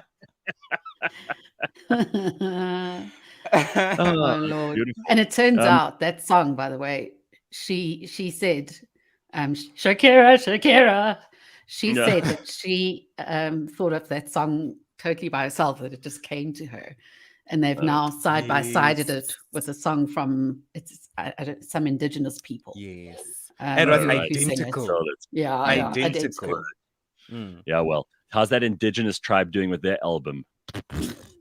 It's such bullshit. It really is. Oh my I just thought we had to refer to this because so many people are talking about it on the internet. I mean, okay, so Adam Levine, like, I wonder how many. He's 43 years old. He's a successful rock star. He's obviously got lots and lots of money. He's got this beautiful wife. Like, just life is good. Just keep it in your pants, dude. I honestly I can't get it through my head. Like, why would you screw this up? Choice assorted. That's the name of the biscuit box. Choice Yeah. You're right. I know exactly what you mean. Choice assorted. Quality streets, the other kind. All right. I don't know. I mean, this is something which we will never find an answer for. It's always going to perplex and confuse and just drive us crazy. Like, I do not understand it. Okay, I got to talk about something else. Apparently, Leigh-Ann says that we were talking about King Charles III earlier. Apparently, he's busy reading the Riot Act at Buckingham Palace. He's getting rid of people. He's hiring new people. He's changing the way that they've been doing things. Obviously, it's been done the same way for 70 years while the Queen was there. So it's time for change. And he's also, I know he wants to cut Prince Andrew and a whole lot of others off of the payroll, because there are a lot of people on the payroll who don't really add much value, and a lot of them are just hanging around there because they're just royal. So they're just part of the system. So they get some money. They do what all the things they want to do, go on holidays. They don't really put much back. I mean, someone like Princess Anne obviously works quite hard, so I think he'll probably keep her around. But some of them he wants to cut loose. Yeah, sure. I don't know how much of this is coming from him or how much of it is just keeping up with appearances and promises and the pressure of the public. I'm not 100% sure that he genuinely cares. And I've mentioned it before, but it was during one of the processions where he was walking past the crowd and some man shouted, "This parade's costing billions and I can't even heat my home." And Prince Charles's response was something like, "Oh," he kind of offed it, and as if it was annoying, So how much of this? How much is he sitting at home going, well, now I have to do all these things, or does he genuinely care? Anyway, one of the first things that they're doing is moving out of Clarence House with Camilla, the Queen Consort. Yes. They've spent the last 17 years living there, and he's now going to move into Buckingham Palace. Now, what's quite funny for me, obviously Buckingham Palace is about 700 rooms or whatever it is. He's moving into a very small section, very small, above the shop, which is like so middle class for me.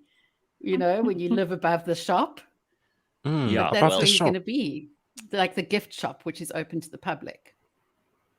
So I don't know how long that'll last, that he'll be living above the shop before he gets annoyed with everyone in the gift shop. He's going to start throwing stones and spitting. I think they're using the words above the shop, like, because Buckingham Palace is the office of the royal family, right? So it's the shop in inverted commas. I don't think he's actually moving into his apartments above the fucking gift shop. I don't think that's how it works. So the rooms, Buckingham Palace is huge, 700 rooms. Most of those are offices. It's very boring. It's little corridors. It's bathrooms. It's rooms for the tours, for all the guests who come in and pay ticket prices to look at the places. Then there are all the state rooms, which are all those beautiful rooms that you see in all the pictures, right? All the very, very fancy decorative elements, the carpets, the ceilings, the walls, the pillars, the paintings, the chandeliers, all of that stuff. That's all in the staterooms. They don't actually. They don't live in those rooms. Then they've got a few rooms off to the one side, which are where they actually live. So those are like maybe a series of 10 rooms that the Queen and the King will share. And they have their own separate bedrooms, although Charles and Camilla have always had the same bedroom, which is kind of a break of tradition because they always used to live separately. The husband and wife would have separate rooms. And then they've got a bathroom, they've got some dressing rooms, and they've got a little study each. That's pretty much the extent of all of their own private rooms. So they're obviously going to move in there, right? That's where they're going to go.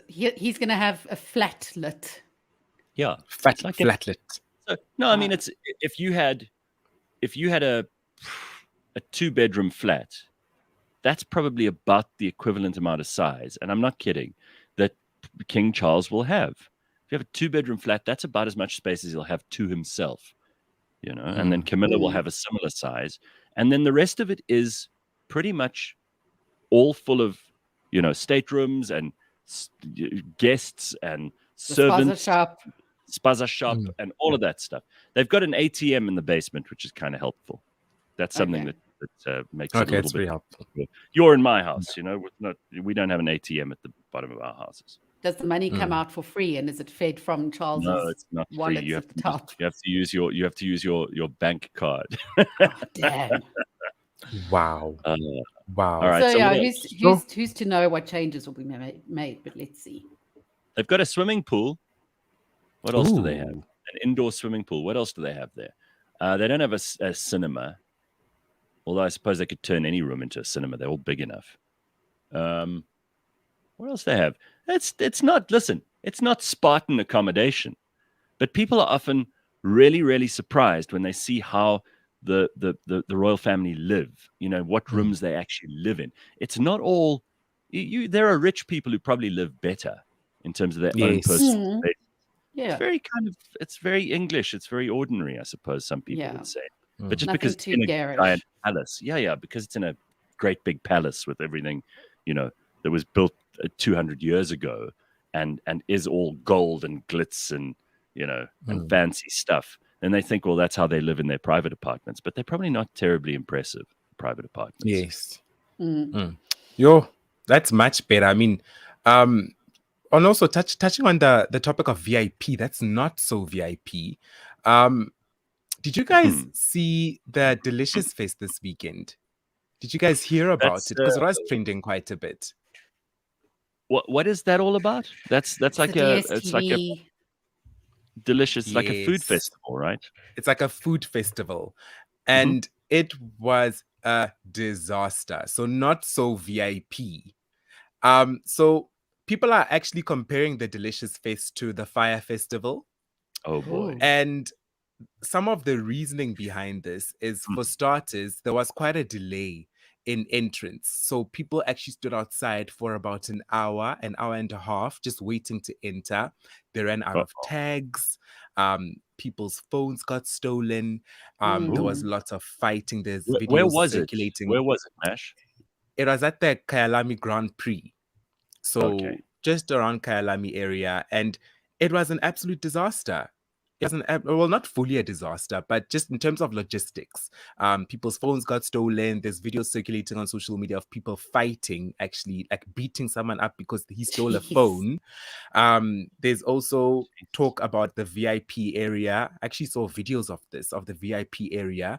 It was far from the stage, behind some scaffolding, and the people in VIP actually had to watch the performances from a lagging stream on a TV. So the stream actually was buffering. So it was even matching up with the sound they're hearing from the stage. It was an absolute disaster. And another thing people are complaining about is the ads. People are saying that there were ads at the festival for about an hour. There was about an hour of ads on the screens. No performances, just ads. And also the salads were dry. Most people didn't even eat anything. And which is funny because you're at a food festival. It's called the Delicious Taste. And you couldn't even get food. So I went to the very first one that started, that ever, when they started this. And so I expected some hiccups. Firstly, to buy the only way you're going to be sitting at a table and being served food is if you buy a table in the VIP section, and there they've got certain chefs, feeding you and serving you. So you'd expect quite a high price point, but it was really quite high. So I didn't go for that, especially because I was just interested in seeing the bands and, trying the food stalls. But straight after that, I heard that the VIP food section was a disaster and that the food wasn't great at all. And I kind of thought, well, maybe it's because it's their first go. Let's give them a break. They're trying something new. So to hear this now, years down the line, I'm pretty surprised. Carl says that I heard it was at Latuli House and the ANC organized. and Ryan says they are calling DSTV the new SABC. Oh no. Great. But honestly, an hour of ads at a music festival, you're just sitting there for a whole hour watching ads on the screen. That has to take it to a whole new level, in my opinion. A whole new level.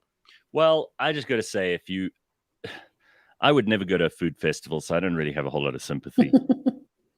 Because we know. So just think about it. You're going to a place where a whole lot of people who are interested in food are going to try and eat. There's going to be, if there are thousands of people there, just the logistics around supplying food for thousands of people is really, really tough. And your quality is going to be compromised. I mean, it seems obvious to me. It should be obvious to anybody that that's how it would work. And I'm not surprised. Listen, good luck to them.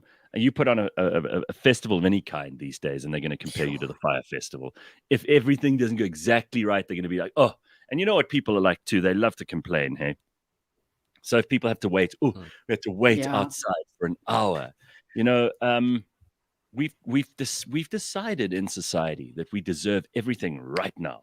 And if it doesn't happen right now, who do you think you are? It's like we all think we're King Charles and we all deserve to be served straight away. And like, how can there be delays? And how can you run out of tags? And I'm not going to excuse it because who knows? Maybe the people who organized it are a bunch of morons and they don't know what they're doing. Yes. Who knows? But I wouldn't want to organize this stuff. And people are such a pain. I mean, George Meany was telling us the other day with the, they did that motoring festival just recently. Yes. Festival of Motoring. And he said that they gave people free rides around the track in Ferraris, right? And he was telling us... And other people were charging. Other people were charging. He was giving free rides. All you had to do was queue up, and Auto Trader arranged for people to go on free Ferrari rides around the track, something that most of us will never experience in our lives. What did people do? They started complaining that they had to wait for a while in a queue. People are so full of it. Who do we think we are? Like everything must be laid on just because you are used to consumer culture, fast food, instant gratification, conspicuous consumption, all of this stuff. We've suddenly lost the ability to actually be patient for anything. Hey, I'm as bad as anyone else. I'm going to admit straight up. I also, if I don't get what I want straight away, I went to the post office the other day. I walked there. I parked the car, walked down, and I saw a queue of people, and I just turned around and went back. I was like, I'm not going to do it. I'm not, because there's a queue. And there's some part of you that has to be prepared to sacrifice a bit of time and to make a bit of an effort if you want something. And I'm going to have to just bite the bullet and go and stand in the fucking post office queue at some point, because otherwise there's no other way to do it. But we're all spoiled, including me. We want everything and we want it now. But Gareth, in terms of the Delicious Festival, though, I think these people are justified in their complaining. Reason being, those tickets weren't cheap. Oh, right. Those tickets were not cheap. No, fair point. I mean, Tracy also says the attitude is that if I don't get what I want when I want, I'll tweet about it. Yeah, your 20 followers will hear you complain. But people do that, hey? Somebody said to me that they were at some event recently and someone said, if you don't sort this out, it was a restaurant or something. I can't remember the details. If you don't sort this out straight away, I'm going to tweet to my followers. And this was not a famous person who has like hundreds of thousands of followers. It was some nobody millennial who had an attitude problem. And like, I'm going to tell my followers. What, there are all these people, you see, this is how some people think of their followers. All these people are just hanging around on your Twitter, waiting for you to complain so they can come to your defense and get you a free hamburger. Who do you think you are? Yeah, they also don't realize that the social media teams behind this have to now work to fix things in the public eye so that it's all, shared on the platform. But I don't think. My point is, I don't think they should. Like, I don't think everybody should be catering to these idiots on social media who complain about everything and get what they want because they make a fuss. Like, I think we should start ignoring those people. Why? Yeah. You wouldn't if someone is standing on the side of the road screaming and shouting at you and like being rude about everybody. Your pants suck. Yeah, I mean, you would not take it seriously. I posted a video. Was it yesterday? Yeah, it was. It was yesterday. On Instagram of this person having a tantrum, in the US. Let me just find it for you quickly because this is quite something. I mean, I can't show you the whole thing, but listen to this. So.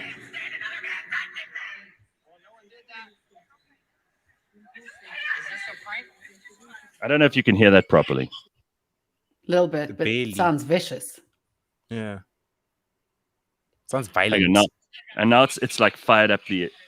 Okay, so she's this girl. Let me try and explain it to you. It's so hard. I wanted to show you the video, but I can't get it now. I should have thought about it before the show. So this woman is basically standing there. She's wearing a Hello Kitty backpack. She's got a mask on. It's recent. It's this week. So she's obviously one of those paranoid people. She's standing there. She's probably in her 40s. And she's pushed in the queue at the supermarket, Walmart or whatever, to pay for her stuff. But she's pushed in, right? So this other guy's like, hey, you pushed in. And she has this meltdown. She starts screaming. She's like, I was raped once. And you've triggered my God.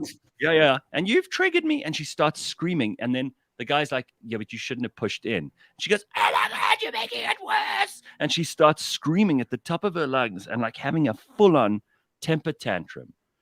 And I mean, you've got to actually see it to believe it. It's unreal what this woman, she starts literally stomping her feet and shouting at the people who work in the store because this guy called her out for jumping the queue. That's essentially what it is. And she expects everyone in the shop. She's like, just get away from me. You're making it worse. And she starts having a proper fit. Like, we live in a society. You have to coexist. No. This is how I imagine Twitter to be in real life. This is how I'd imagine it to be. That woman is like how Twitter is in real life. I'm telling you now. That's what that is. Oh my God, it is. It's just horrible to watch. I'm like, what kind of person, how were you raised? What sort of world did you grow up in where you thought it was okay to behave like this in public? Now, even if she's had trauma in her past or whatever, who cares? Like, keep it together.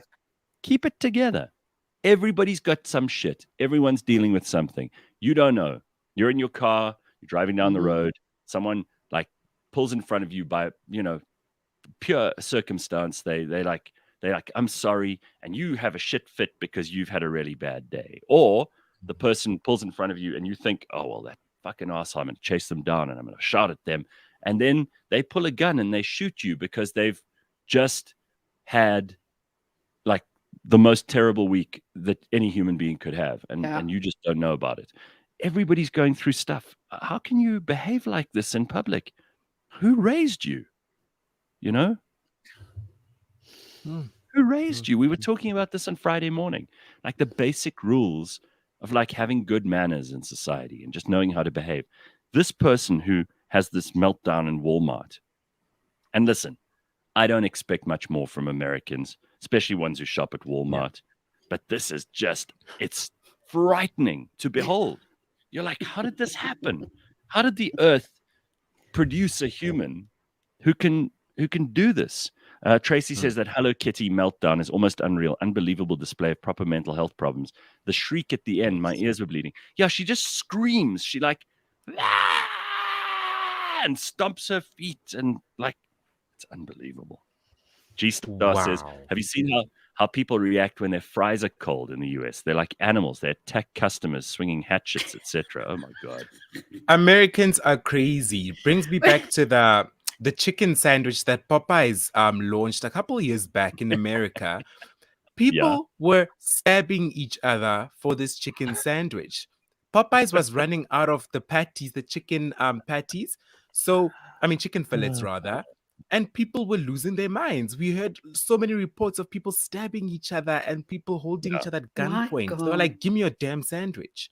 Listen, They we're are a nuts. lot more forgiving in South Africa. We'll get our food delivered and go, chips are a bit cold. Oh well. Yeah, Yes. it's. We're a lot more accepting and realistic. I mean, I've had some moments where I wasn't too thrilled at my own behavior in retrospect, with some reflection. But I don't think I've ever done that. Had a total meltdown in the Walmart. And you got to be careful these days, because when we were kids, Leigh-Ann and Mash, you're much younger than us, but when we were kids, people didn't have cameras on them the whole time. They weren't filming everything. They weren't, there weren't 1,000 cameras in like an arm's length around you. Nowadays, You would only hear everything's about those stories around the fire when we were sitting in the ox wagons. That's when we would Right. actually hear about The those myths. stories. All the myths that you'd hear about. Nell Silver says that the best part of that clip is that they actually asked the dude to leave. They didn't ask that woman, that crazy woman, to leave. They asked the guy to leave, and he did nothing.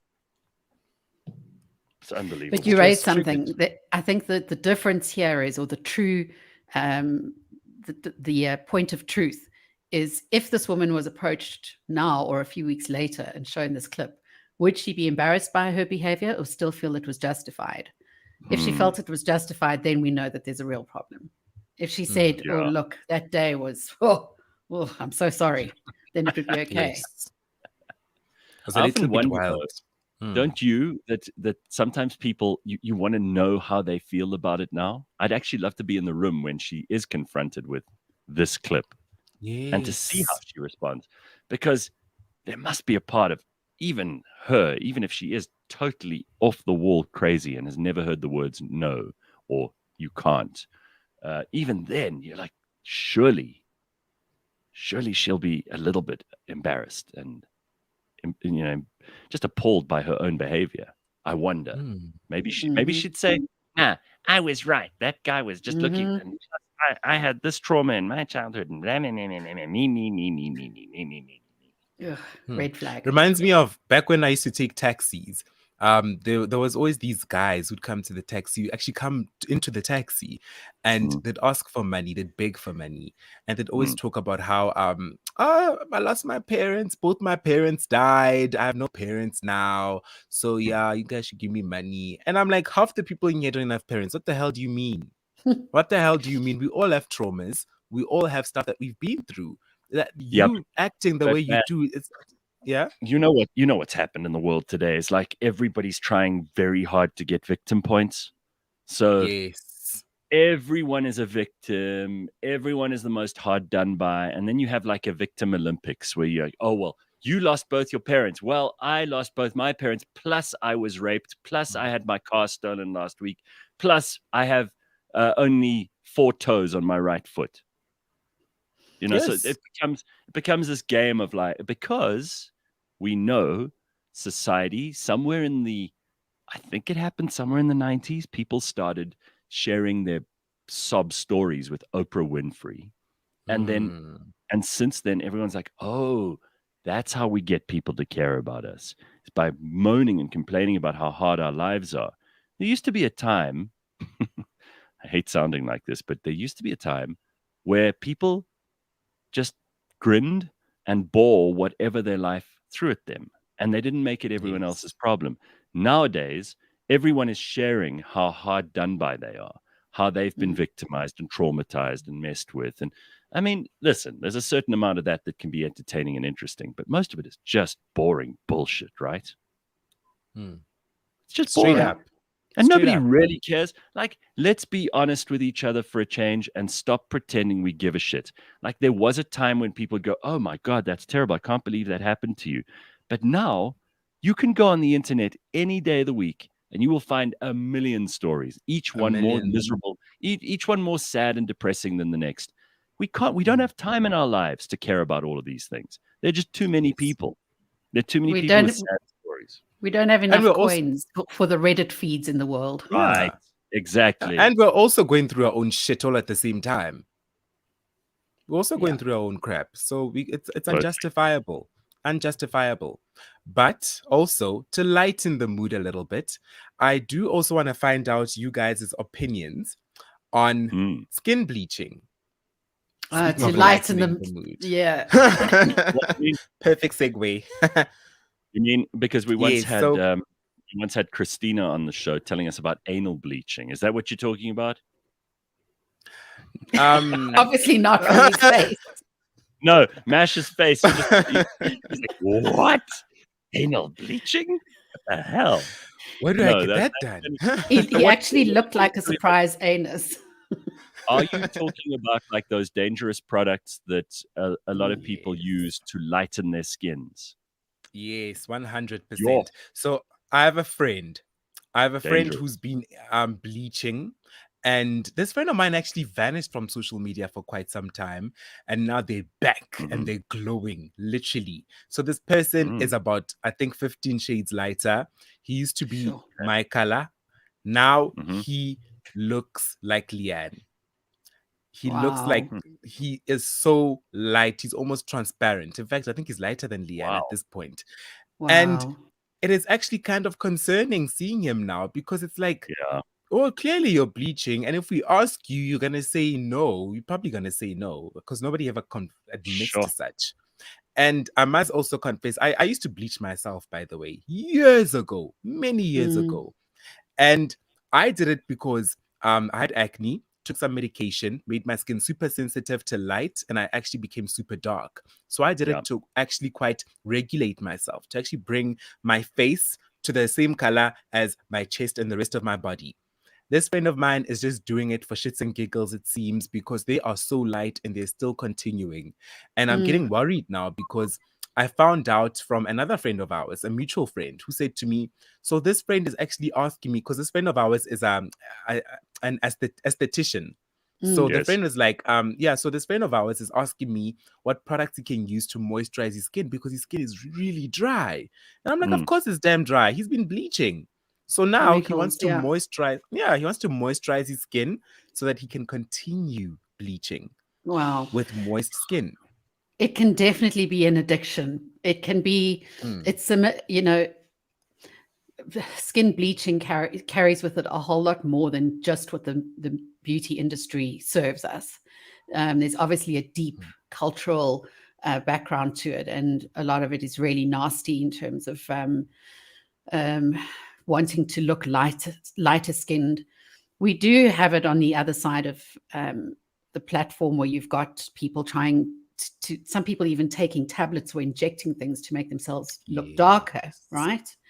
We've got people with straight hair who want curly hair using powerful cancer-causing straighteners, teeth whitening, where you're actually at the point where people are ruining their enamel, people shaving down their teeth to just the roots so that they can have, false covers on them and caps and what's the word I'm looking for? Crowns. Veneers. And crowns. Yes, veneers. Yes. It's just, and it's like, it's an addiction. It's like a plastic surgery addiction that we see. As soon as you get used to your skin being some kind of lightness, you want more. You've got the size double D boobs and you want them even bigger. And eventually you kind of hit this blind patch of what you really look like, and you start to not care about the health consequences either. There is a guy who is obsessed with Korean boy bands. He's I remember him. Yes. I know him. Yeah. And he's basically made himself look Korean, even though he's not Korean. Yes. And he's gone through some major skin lightening and skin treatments. He's been told how harmful they are and what they can do to him, and he just doesn't care. He also believes that he is South Korean. He looks like a monster. Let's look at Michael Jackson and his skin lightening, although he always said it wasn't that. It was vitiligo. Yeah. Do you do you approve of skin lightening or skin? I mean, listen, I was thinking about it this weekend. I'm so pale after the winter, and if you're white and pale and you want to get a tan, people go, oh well, that's probably healthy, even though we know that the effects of the sun on the skin can be very bad if you overdo it, blah, blah, blah. There's something about a healthy glow or a healthy tan that people say is good for you. So I look at this and I go, I should really do something about this pale skin of mine. But it doesn't work the other way. Like now we're busy saying, well, if someone lightens their skin, that's dangerous, bad for them. Maybe you shouldn't do it. This friend of MASH. I don't know about this. I think people must be able to decide what they want to do to themselves. You want to be a bit lighter. You want to be a bit darker. Understand there are going to be some risks attached. But if it makes you happy, do it. Right? Mm. I mean, when it becomes when it becomes really, really dangerous and it becomes an obsession, then you've got a problem. But this happens with everything. There are people who are addicted to tattoos. There are people who are addicted to plastic surgery.